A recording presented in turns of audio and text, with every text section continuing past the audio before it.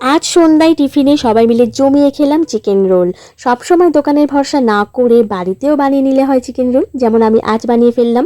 কিছুটা boneless piece আমি সরিয়ে রেখে দিয়েছিলাম, সেগুলিকে টুকরো করে কেটে নিয়েছি। তারপর এর মধ্যে একে একে আদা রসুন বাটা, একটু গুঁড়ো লঙ্কা আর একটু লবণ স্বাদ মতো আর একটু ভিনেগার দিয়ে খুব ভালো করে ম্যারিনেট করে রেখে দিলাম। এদিকে একটু ক্যাপসিকাম, একটু পেঁয়াজ, একটু শসা, একটু কাঁচা লঙ্কা কেটে রেখে দিয়েছি আর একটু ময়দাও মাখিয়ে রেখে দিয়েছি ঢাকা দিয়ে।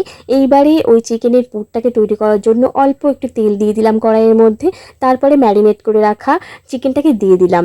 এই চিকেনটা এবারে ঢাকা দিয়ে দিয়ে বেশ কিছুক্ষণ লো ফ্লেমে এটাকে কষিয়ে নেব, তাহলে চিকেনটা খুব ভালো করে সিদ্ধ হয়ে যাবে, ভিতর থেকে নরমও হবে আর চিকেনের মধ্যে মশলাগুলো খুব ভালোভাবে চলে যাবে।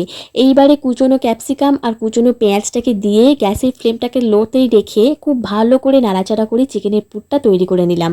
এইবারে ময়দা থেকে লেচি কেটে নিয়ে এইভাবে গোল করে একটা রুটির মতো করে বেলে নিয়েছি। তারপরে উপর থেকে একটু গুঁড়ো ময়দা দিয়ে দিলাম, দিয়ে তারপরে আমি এটাকে খুব ভালো করে লাচ্ছার মতো করে বেলে নেব।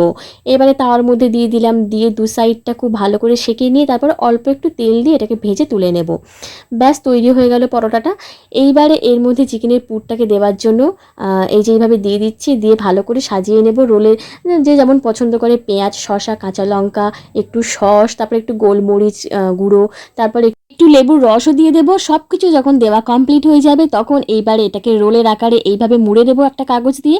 ব্যাস তৈরি হয়ে গেল সন্ধ্যায় দারুণ একটা টিফিন, বাড়িতে একদম দোকানের মতো চিকেন রোল। তোমাদের ভিডিওটা কেমন লাগলো একটা লাইক করে জানিয়ে দিও। বাই।